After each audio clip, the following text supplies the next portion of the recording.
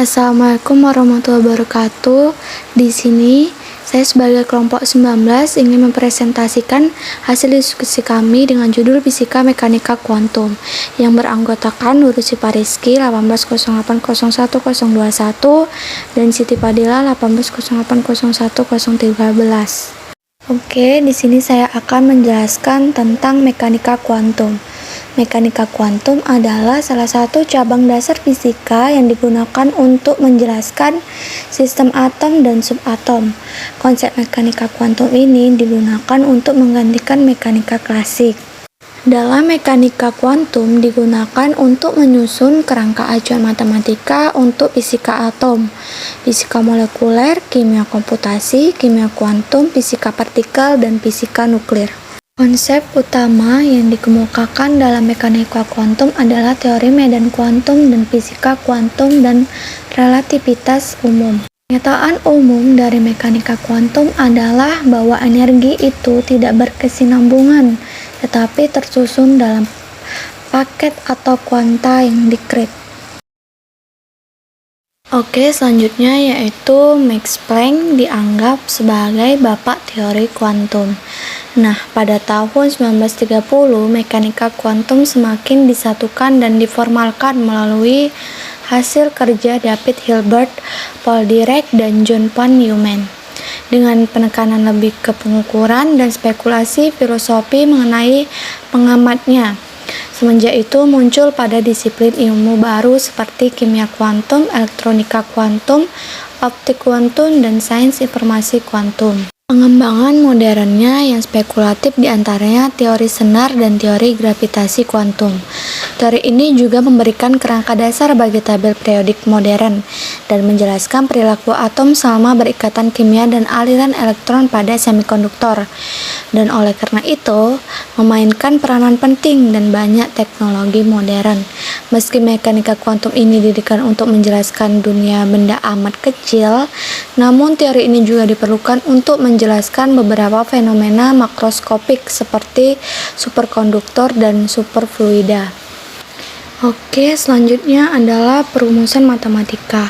Perumusan matematika dalam mekanika kuantum dikembangkan oleh Paul Dirac, David Hilbert, John von Neumann, dan Hermann Weyl. Keadaan yang mungkin dari suatu sistem mekanika kuantum dilambangkan sebagai vektor satuan atau disebut sebagai vektor keadaan. Dalam mekanika kuantum, keadaan sebuah sistem pada waktu tertentu dijelaskan dengan fungsi gelombang kompleks, juga disebut dengan vektor keadaan pada vektor ruang kompleks. Prinsip ketidakpastian Heisenberg mengkuantifikasi ketidakmampuan dalam mencari lokasi partikel secara presisi.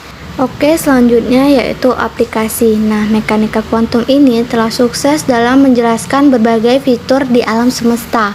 Mekanika kuantum seringkali menjadi satu-satunya alat yang ada dan yang dapat menjelaskan perilaku individu dari partikel subatomik yang membentuk segala bentuk zat, yaitu elektron, proton, neutron, maupun foton, dan lainnya. Mekanika kuantum ini juga sangat penting untuk memahami bagaimana atom individu bergabung secara kovalen membentuk molekul. Aplikasi mekanika kuantum ke kimia dikenal dengan kimia kuantum. Mekanika kuantum relativistik secara matematis dapat menjelaskan sebagian besar kimia. Salah satu contohnya yaitu di bidang elektronik. Banyak peralatan modern didesain menggunakan mekanika kuantum. Beberapa contohnya adalah laser, transistor, atau microchip, mikroskop elektron, dan magnetic resonance imaging atau MRI.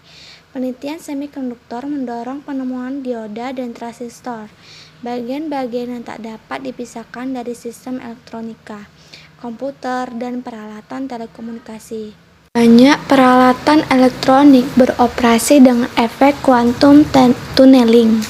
Nah, salah satu penggunaan efek ini itu ada pada gambar di samping, yaitu resonance tunneling dioda.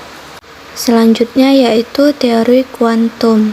Teori kuantum memberikan deskripsi akurat bagi banyak fenomena yang sebelumnya tidak dapat dijelaskan, seperti radiasi benda hitam, stabilitas orbital elektron pada atom, dan ilmu ini juga memberikan gambaran pada banyak sistem biologi seperti reseptor bau dan struktur protein.